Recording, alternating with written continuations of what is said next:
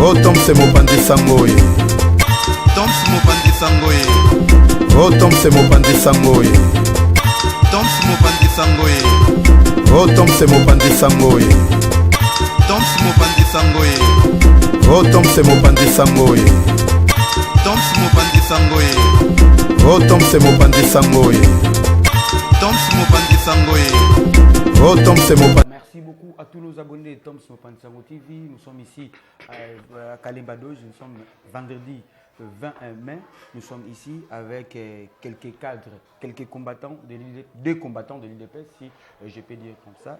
Ils vont devoir répondre à nos questions par rapport à parti politique Nabango, IDPS, Ndengenini, Tambola, Ndengenini. La difficulté, on va connaître depuis le pouvoir déjà plus de 3 ans. Je suis avec Papa Simao, Bondé. Bonjour, bonjour, bondi yanaba obaza kati na ngola ba obaza libanda ya mboka. Bonjour. Ya Papa Almeida Bondia. Muito bom dia. Obrigado. Parce que cette émission est tournée ici, nous sommes ici depuis Luanda, capitale de l'Angola, vous comprenez, et c'est un pays lusophone portugais qui est normal. N'a pas si merci na partenaire na ngagnon sur Tom Smopansango TV on a moni Nikonka il est formateur des boss. Partenaire officiel Coco Maleka Grand Prêtre, na botanité Ike Malungu le pétrolier, Yazalarming na Francisco le pétrolier, Bof, Guicho Mabela, Babinita la présent Mike Youssouf, on a besoin de partenaire nangai, il y a émission na Zarana Bango, pourquoi pas venir à Matude alors, Papa Simao, na IDPS yoza combattant, c'est bambou la bonne qui combat na IDPS. Bon, depuis tout ça to bandi combattant na IDPS, naza déjà vraiment na 8 ans. Na ndenga ya libanda mboka. Donc na ndenga kati ya mboka na Kinshasa déjà 12 ans. Le total est déjà 20 ans ya lit. Et 20 ans si je fais bien les calculs donc depuis 2002. Donc depuis 2002 auto banda déjà lit. Vous avez ba soda auto alaki ozana kati, oza libanda. Ozana kati ya Congo. C'est un peu d'expliquer ya. Ozana kati ya Congo pour na IDPS. Ozo sala pe idéologie ya IDPS. Na libanda mboka précisément na kati ya Ngola. Si je comprends bien, on a Luanda 8 ans au Sali depuis. Depuis on a déjà 2014. Mais avant tout, tobandé koya kaka, avant tout tobandé koya ben nous ba faire mususu privé, mais toujours tous une idéologie toujours il y a UDPS. Ah, il y a donc Zaka koya nous avant 2014. Il y a tous dans na temps plus que même boulot mili to sala yo peka na mboka o ba kanga biso ba makasi ti to kota to ba formation ba kibe ba mabena ko expliquer on a matin to koma na niveau na et ça américain na mboka o ce que l'on est salé que yo ya défi ko ya ko s'installer défi bon justement na sepeli makasi papa na nga mopanzi sango journaliste je crois bien ba biso o bilongi o bomona to bima mate to linga pété ba to linga pété que to sala ngo pona intérêt mo boy. Tant que tu la mboka, il faut comprendre que souci na biso papa na maman eza na mboka. Ngai eloko sala ngamba ezaki liwa donc nazaki parmi batu oyo banga ba kufa oyo régime ezaki en place banga ba boma. Biso tozaki na ngola a. To vandi ti tant que comme ba marche banda ko sala na ki. Président oto andai ko travailler na président fédéral monsieur Honoré, je le salue, place à Zali. Baïko Kabula. Batu musu bakende na ambassade, tant ambassade de RDC na Mayanga. Na si botala ba image bino nyonso o batu bakenda ko panza ambassadeur. O ambassade de Longwa batinda ko quelque part, batu bakenda tina ambassade de RDC. Tout ça la trouble. Groupe bakende kuna biso zaki batu oyo to bimaka siko to kende kini. Tant to komi na Kinshasa, to ko rejoindre batu. Na marche o to andai ko sala po tout le régime est en place. Puisque le régime est travailler pour l'intérêt des Congolais. Le régime est travailler pour l'intérêt privé. Tant que commis, tant que Martin Fayou a coué, Martin Fayou a coué, moi j'étais là qui pembe na marche. Donc tu es en Angola, tu peux renforcer marche. J'ai des preuves. À l'époque, tu as dit tout, tu as dit Fayou et Longo. Nous avons fait tout marché, nous avons fait nous avons monsieur Félix, nous avons ndeko oyo boko benga lelo zo finga Félix ou benga Daniel Safou. Nous étions ensemble dans la marche wana.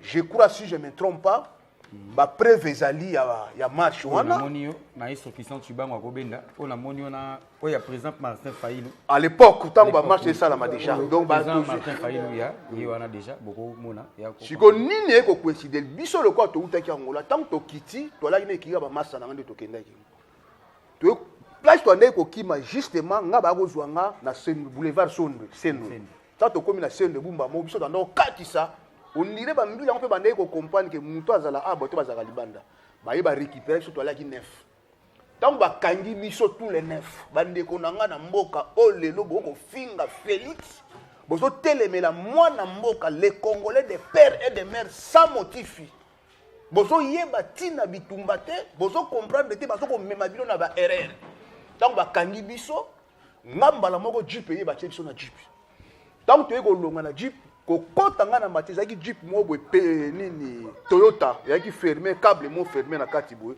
batika be espace mo respiration tant on a kotimba moko na kutana ba militaire en tenue la police en tout cas il y avait des Soudanais puisque bandeko lo langue mo Soudanais ba langue mo étranger tant ba zubiso ba kebiso ba mo tida kan fungola to sala 40 minutes bo to kuta ina kanyama ta to kuta na kanyama ba pesi ba code na ba moto sutra ba bengi biso boleka to leki moko ngana yaki 6e personne na ba maso musu balaki na kini wana to mati na ba na mutuka camion démarré al tellement zaki fermé na kati na ndo comprendre sunde bande ko mema biso esute to bimi eloko moko na ko comprendre nzoka mba maso anga auto uta na bango Angola a bazaki bazui ba louer moto ba wewa ba bandi siko ko landa biso sima ti bazo landa wana bazo benga ti bazolanda bazobenga na téléphone ti babenga na téléphone te wana de tant to koti téléphone nanga ezali pa nanga le de bengi téléphone ebengi mamo tant na répondre ba babenga ba pesinga code na juste téléphone na pesi soda moko azali na kati ya mutu tant na bengi masa na ebisi soda bi non luka moyo libérer masa na biso na kati boy comme on est tel boy comme ça to ko sola ba ebisi banda kolanda papa o ezo sala mana moi je suis un serviteur na ko luba makambo pona esengote to bandi ko kende nga na ebeka ke pour déjà dans na chasser ba lati biso ba chasser ya mwini to bandi okende tout droit to leki wenza kinga sana ndu tant to leki ndu to ono zo directement aéroport justement vers Bibwa na katikati wana qu'est-ce qu'on appelle ça mpasa ndene ko kompa ba bengi Simon na telemi soda na bamongo akiti singa nzoka basengi masa na pesa bango valeur à $300 masa bi tozaka na $200 na maboko ba tango bango bakiti singa masa na yimba mona moto tango kiti policier na kiti azu $200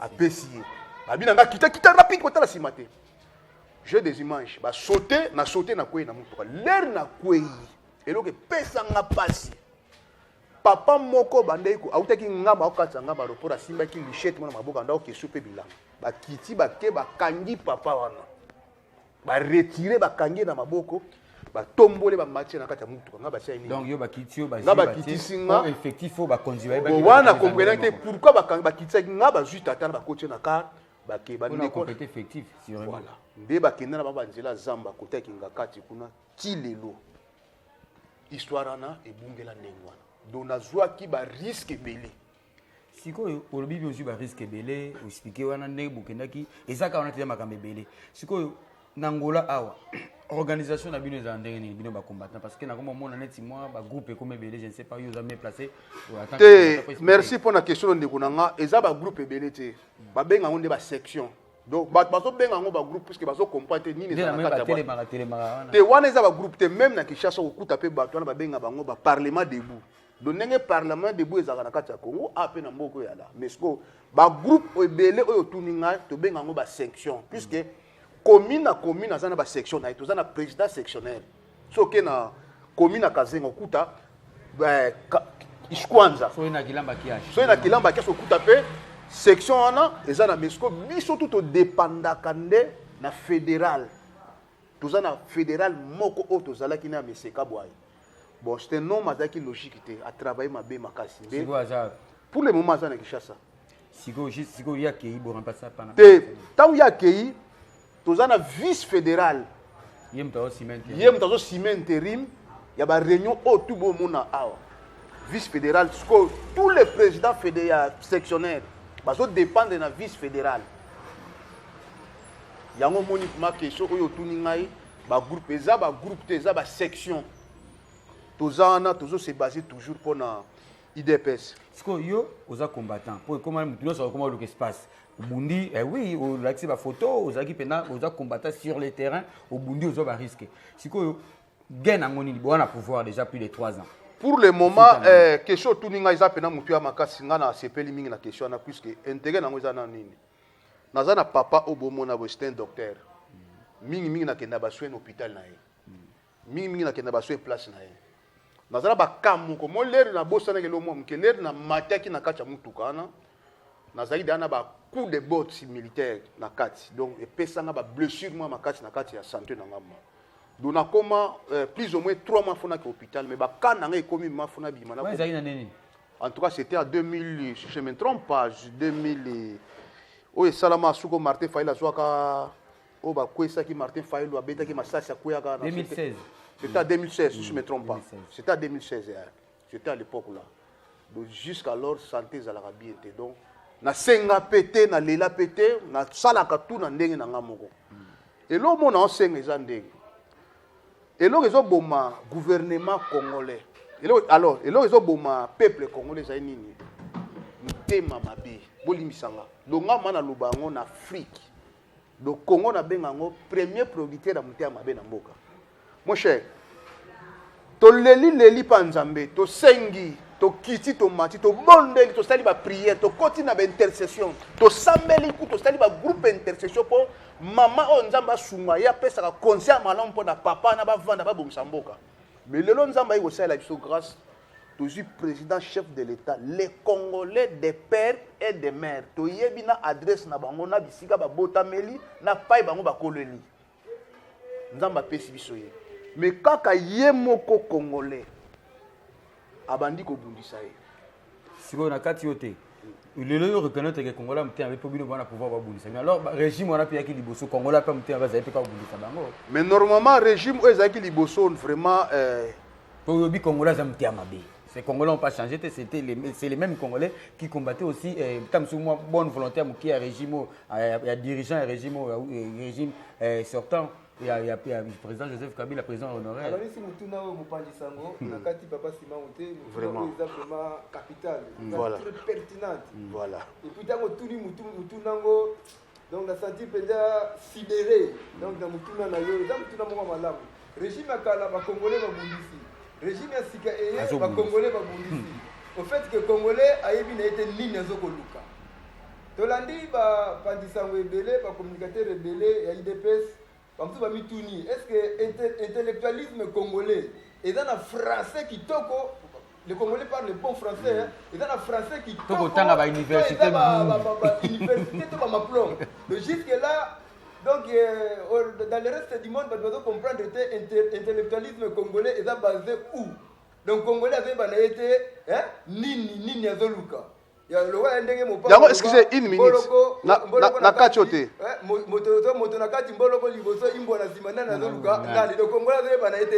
Une minute pour na ozonga na question. Yango na loba mingi. Quand tu me dis que Congolais c'est un diplômé de Tangana Ondima. Mais ne me parle pas que Congolais est intellectuel. Et ça passe na mutema. Donc soko yebisinga ka za diplômé. Mais ce qu'on a dit, régime wana basali lokote. Mon cher, toke na tozonga sima. Joseph Kabila a acheté 40 bis seulement dans la République Congo Mobimba. C'est que la sombi 400 bis. Lelo. Mais Joseph Kabila pas facilité ça là ba pont longue et facilité ba tubaya kana bango la. Et facilité mutu mokote. Et facilité mutu mokote na Congo so le bi pont Luange. Luange c'est quoi? Tala lelo pont au Félix Assadi lelo. Les structures au Bino Boulouka Félix Assadi. Mais est-ce que pour combien de ans au Félix Assadi 3 ans ba te bien na kin bazo ya ba boudé te azo kokaté na poité je sais pas mais habiter ça aux informés. Parce que ba te bien ba lo ba pe bon. C'est pas ça le débat. Débat tu veux comparer tes régimes ya na épinglé par rapport ya makambu o ya le biki bango bazo Congolais muté. Pour bo ça même 20 ans Congolais muté mabe et tozonga awa na makambu ezaka ici parce que aujourd'hui je peuple mo azana inconscient peuple mo azana et donc azana mentalité Kibudi Au moins, tu as beaucoup de choses. Et là, moi, image, moi, tout l'instant, c'est que tu as câble, 2 ans déjà, et électrifié. Quand nous avons plus de 30 000 familles. Mais ils ont un mouton boué pour combattre le régime aux en place. À bon moment, on n'a pas de frontière. Il y a quand nous avons Kisasa. À bon moment, est-ce que le peuple a bon moment? Kasi ozongi na pai onga nanzoko expliquer que non Congolais azamute mamabe makasi puisque Congolais ato saleli otongeli ndako tele betage suka soika libume yokinza na tongo akundima yote biso toza na chef de l'état oyo tomoni ata mukie tokomi ata na bateau de pêche na RDC tokomi ata na ticket avion oyo mutande routa Kinshasa kwa ke Lubumbashi à l'époque ezaki na ba valeur ba $600 ele komi na ba $280 tokomi na plus de 600 bis na kati ya pays wana botala ba nzela ndenge fungwami na kini yino bomona ngana tali lobby victoire rompo victoire ngabo lobby na kamwe makasi botika muninga asala musala mais Congolais komi problème donc na ebité ce qui constitution ya mboka eloba ke Muluba ko diriger Congo te moi je suis pas Muluba constitution ya lobi donc moi na bato pona nga mon cher nana kumisa Muluba congolais nana kumisa un étranger ya papamba neti bato musu bako finga mutu bozo mona make a finga mutu nous avons finga neti c'est pas comme ça ni Joseph Kabila mais c'est terrible mon cher. Non, ils ont peur c'est une opinion. Tu vois les opinions là, mais ce qu'il faut tout à la paix, pas des injures, il faut ça limiter. Mais ce que quelque part, faut ça limiter, il faut respecter le chef de l'État. Chef de l'État fait face à moi rigueur. Là on a reproché chef de l'État, président de la République, père de la nation. Moi rigueur peut faire ça. C'est pas n'importe quel qui est à la télé, alors n'importe quoi sur le chef de l'État. Chef de l'État est socialiste, aza éduqué, aza monta botamine éducation, encadrement. Boyebi Félix Bomona na TV. Biso dova na Félix boye. Ngala ba na Félix boye. Moi je le connais.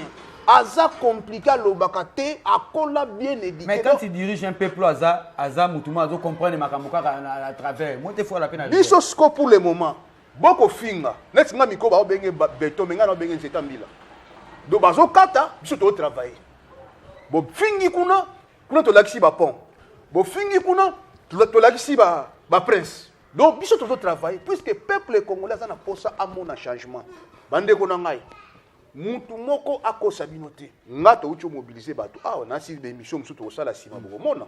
To tamboli na bashkwanza partout to mobiliser ba congolais. Musala na sala mikolo ya boko la kisama bato ba mona. Tozo pesa bango moral. Mutu tout ozo puisque ba massa na biso to la bango ah minga kenda Kinshasa. À travers ah wazaka et moi ah mona kinde ba ke bomba sera ba vote. Ti ba ke voter fuba. Moi j'ai fait les campagnes. Il faut voter Félix puisque to boy to zonga sur un régime à bapaya. Congolais so comprendre te. Net muto boko benga ndeko na biso boko benga Daniel Fatou. C'est regrettable mais c'est Daniel Sapo. Yo l'air bakanga tango ba nini. Yo zaki libanda. Yo lali 3 jours bo la libanda 3 jours na parler du peuple. Nana pesi yo po bozonga pouvoir bo kibonda yo la parti sekedi. Yo Daniel Safo un angolais lokola yo ozana no angolais mutambanza Congo papa boto Congo ne Nsafu Daniel Nsafu to yebi yo bo sangani bo bando tombola régime ya Moïse Katumbi mais c'est regrettable mon cher politique congolais eza politique ya soni na micho so tali l'homme politique ya RDC o ba opesa soni na monde tala lelo to ande ko kumisa ndeko na biso ba kumisa Martin Fayulu lelo ba ke ko sangana ake donc quand tu te dis que oza politicien donc suka faut quoi pa ya ndeko oyo azaki président liboso ya mboka tozo comprendre te sera que na kati ya mboka ana congolais atanga te ba politicien congolais baza ba poto partout na monde baza te donc muto bozo komisa garant mutu munene na pokwa Martin Fayulu lelo ake kokuta na susu basali groupe na bango Martin Fayulu Moïse Katumbi Joseph Kabila Matata Mponi c'est regrettable.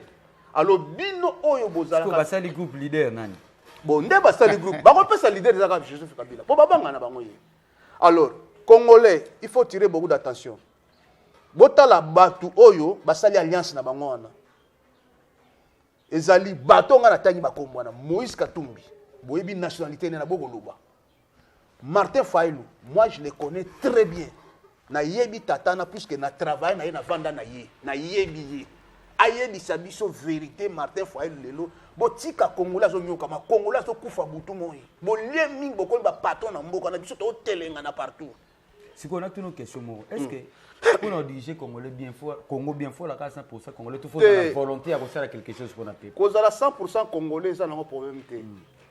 Faut qu'on ait la volonté nan nous. Pour tout le monde mboka oyo. So aujourd'hui le lo Angola na Congo so comparé.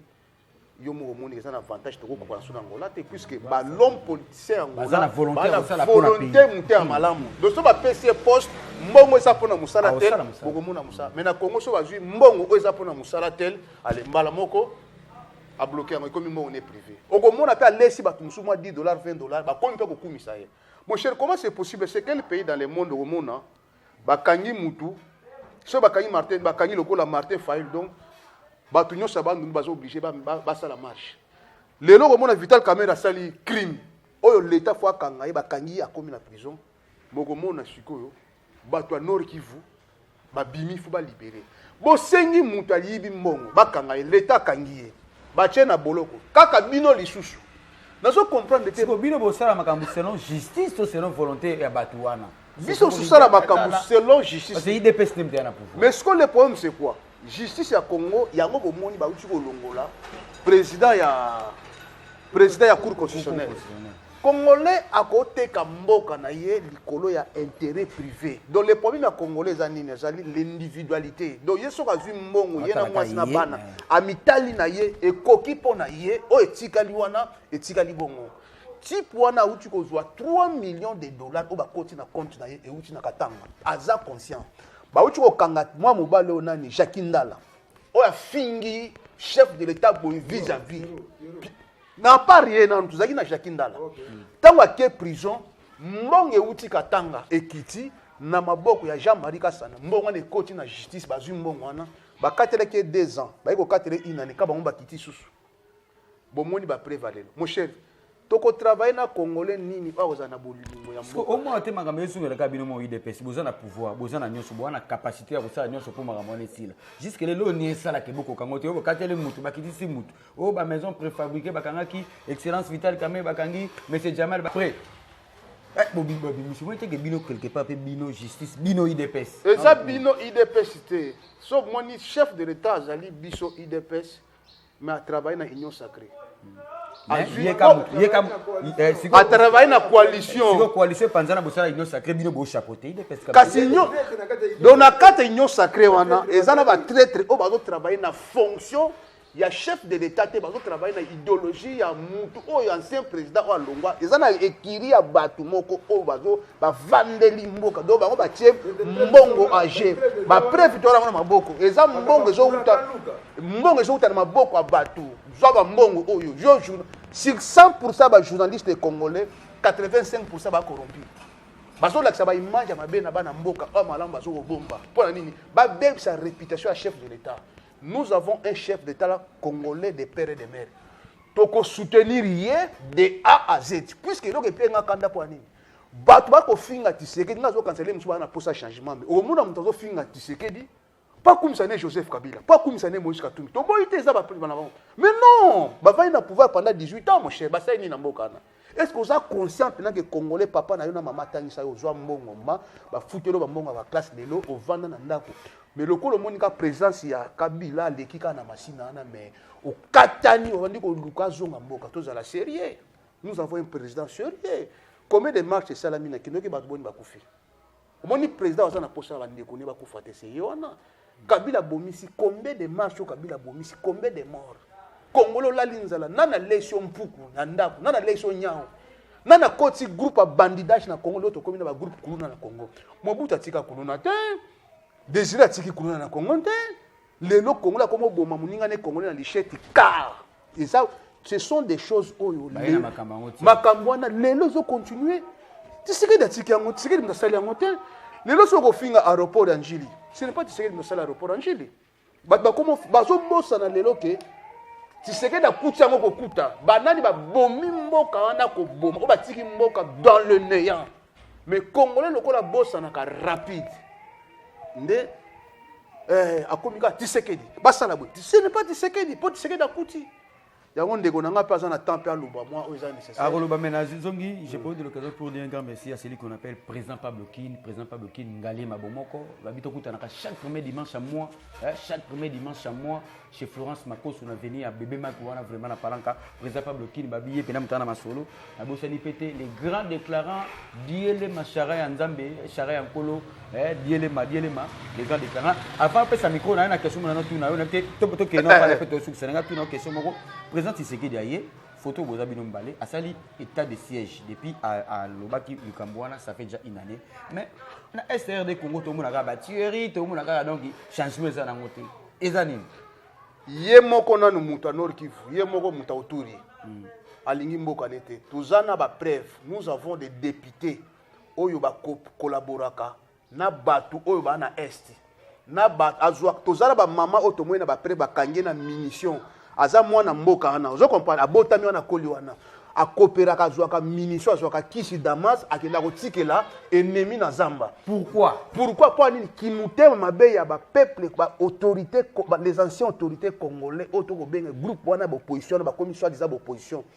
Oyo bazo fournir toujours mabe za la pobola même on te. Mais lelo soke na kati ya Nord Kivu lelo okosepela puisque même peuple ba moni différent. Ndeko na ngai. Combien de temps oyo peuple azwa ta respiration a pambate. Lelo oyo so omoni un député zo téléma député provincial. Tout ça posa ya ba puisque bazana ba intérêt privé oyo bango bazo ko travailler na ba Kagame avec les occidentaux mindele. Pour pas compliquer tu sais que dans l'espace te pour pas progresser te. Nga nazo ba na chef de l'état bo. Chef de l'état s'il te plaît son excellence monsieur Félix Tshisekedi. Nga na lubabu. Lelo oyo to komi na guerre na M23. Mais tout ça na M23 moné na kati ya Kingakati. Soki lelo oyo toujours Joseph Kabila en vie na kati ya Kinshasa il circule. Guerre wana eseko tigala aussi la guerre. Mais on vous accuse aussi de l'IDPS de négocier avec beaucoup comme la pouvoir. Négociement ça la makité puisque so on mona que to négocier toté zonga na image oyo mbuta muzito auti ko loba avant tena sibino supposé ba image alobi Tshisekedi avait gagné les pouvoirs.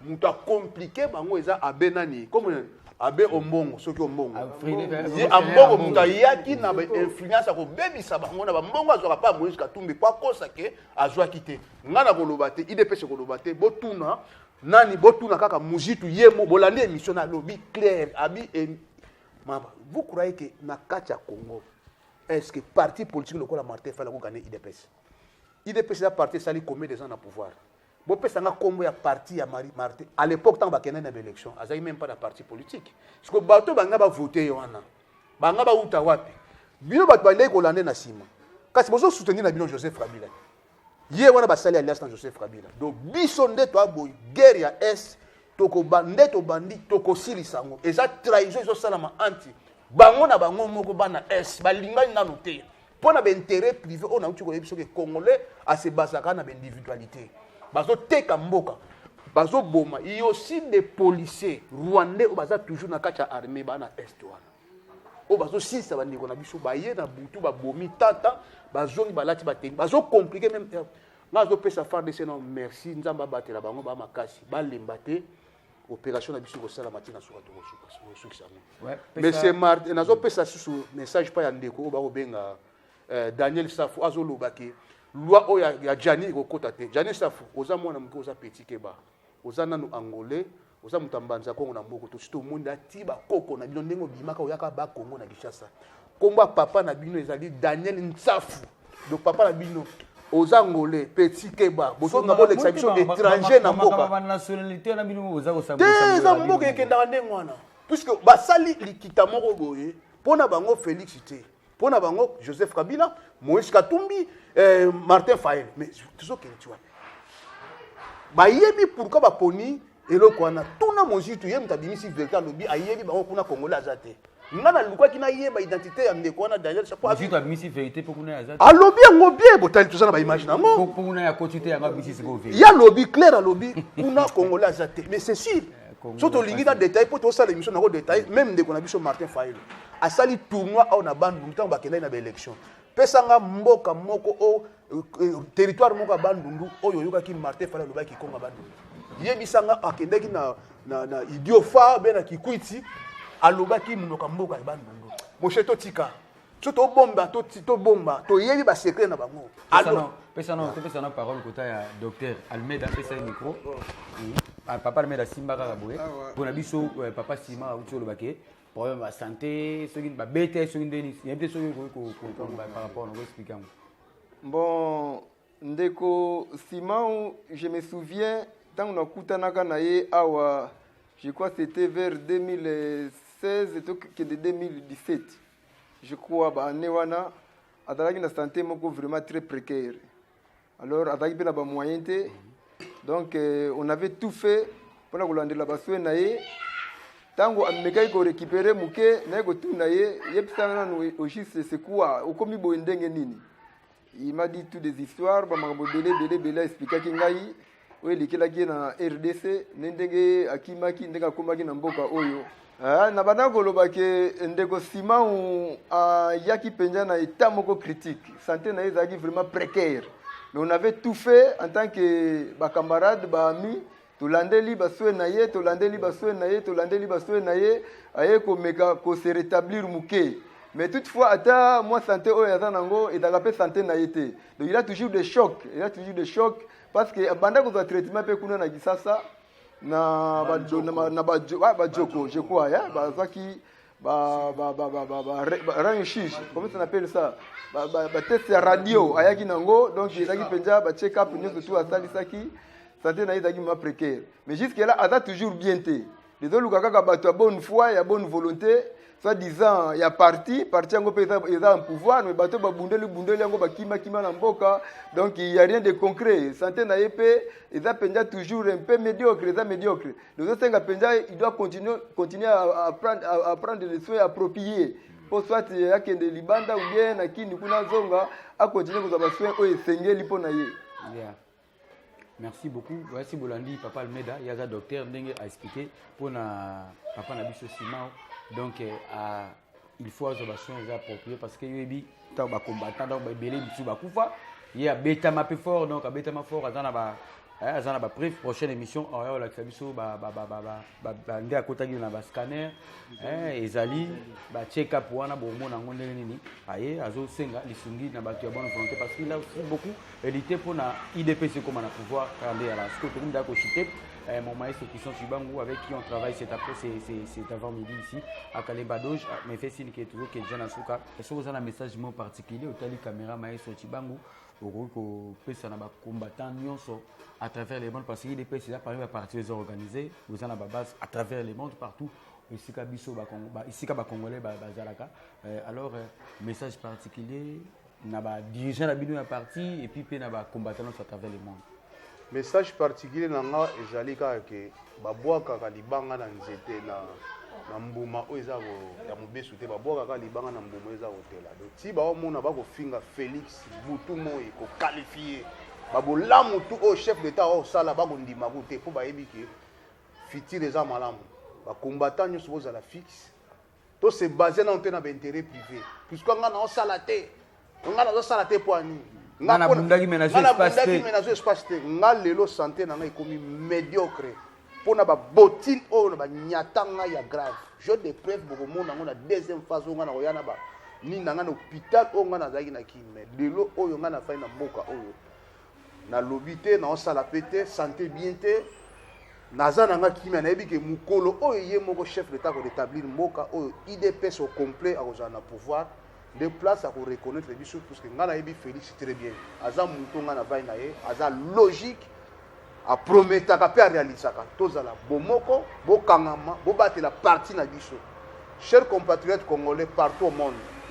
botala muto akosa bino te toza na président oyo benga chef de l'état oyo azali mwana mboka congolais de père et de mère eza chance tokanga tobatela eloko oyo lelo oyo so tosali erreur na bipona na bilandalanda na bamiete ya mike oyo bakopesa bino bakopesa $50 kende kofinga vote mutu tele po kotala lobi fitinga oyo kozala ndenge mabe bolamu ezala na kati ya Félix tokofanda tant que bacongolais tokokorrige chef de l'état mema yango boye toboyi lisusu munguna avandela biso étranger na mboka message na nga ezali bozala malamu Je n'oublie pas Napesa Mbote pas. Napesa Mbote, moi, question, ma curiosité, na moni photo maman, la première dame de RD Congo, maman Denise Nyakero, Tshisekedi.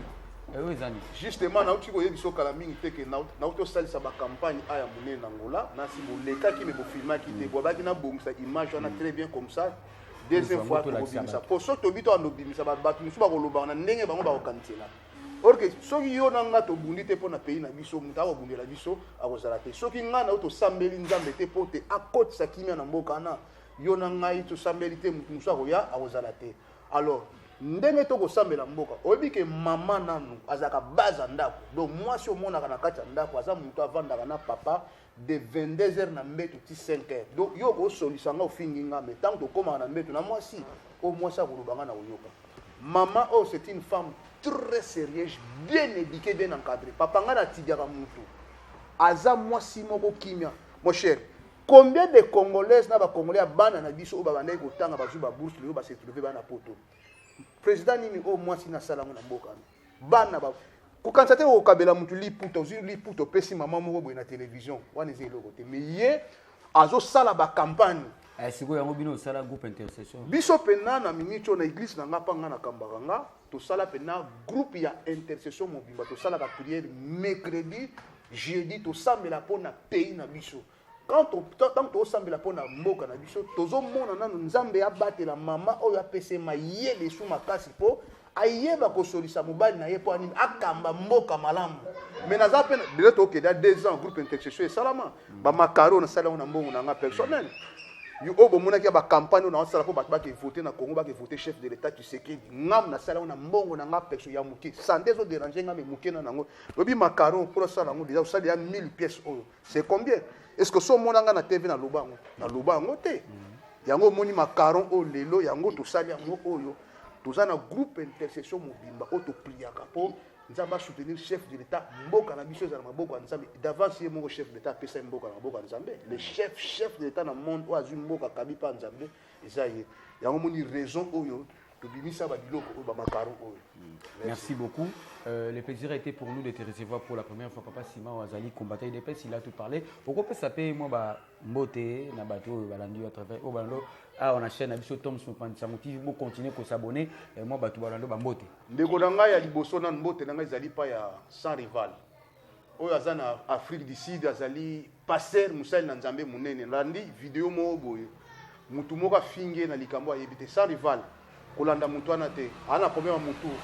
Ana abandi na liboma so azo finga yo na iloko yo salite sans rival sans oublier président honoré Chilombo azana mboka de chassa bandeko tout ya ba combattant na bosanité ko pesa sumbote pa ya bana poto nyonso ba comprendre pachibe idéologie zaka moko ya na ba ona yebi na ona pesi ba mbote te na ko bosanté ko remercier docteur Acholanda santé na nga vraiment makasi pona beta oyo ba na rata liwa o banga ba bombanga famille na ye na mwasi na bana nzamba protéger bango bisika bango bazali. Merci beaucoup Papa Sima. Tu dis que tu as temps au salle de Monsieur Bélé Zamba Liboso. Prochainement, vous aurez preuve dans le Cameroun où tu vas Zagimba Liboso. Azan a posé après sa message na bateau. Tamsou négligea qui est batika qui est boé. Yango on a bimi vraiment devant médias pour Loba. Pour les soucis. Donc merci na maître sur Christian Tibangou. Merci à celui qu'on appelle les vieux chinois à Bedachour. Pourquoi pas Ndombe Gigot parents français. Vous s'abonner massivement à la chaîne YouTube Nangai. Tom Simopansango TV pour vous avoir information ndenge bozu bozo lelo boy ya donc awa tozala ba information tozana ba émission ba jar nyonso to yamba ba politicien to yamba ba banganga to yamba ba tout donc soki oza dispo oleka numéro eza na ya chaîne YouTube ngai mo ko nango nazo dire na ko chango na maestro Christian Tibangou obengi to ya isko zali to yelo musika wa yamba papa na biso Sima, merci beaucoup. Prochainement, on a vu que nous attendons. Il y a bêta masolo par rapport au cas ya makamolo lobilo, il y a qui combattait la bilan IDPS. On se retrouve prochainement dans la vidéo. Check. Oh Tom c'est mon bandi sangoye. Tom c'est mon bandi sangoye. Oh Tom c'est mon bandi sangoye. Tom c'est mon bandi sangoye. Oh Tom c'est mon bandi sangoye. Tom c'est mon bandi sangoye. Oh Tom c'est mon bandi sangoye. Tom c'est mon bandi sangoye. Oh Tom c'est mon bandi sangoye. Tom c'est mon bandi sangoye. Oh Tom c'est mon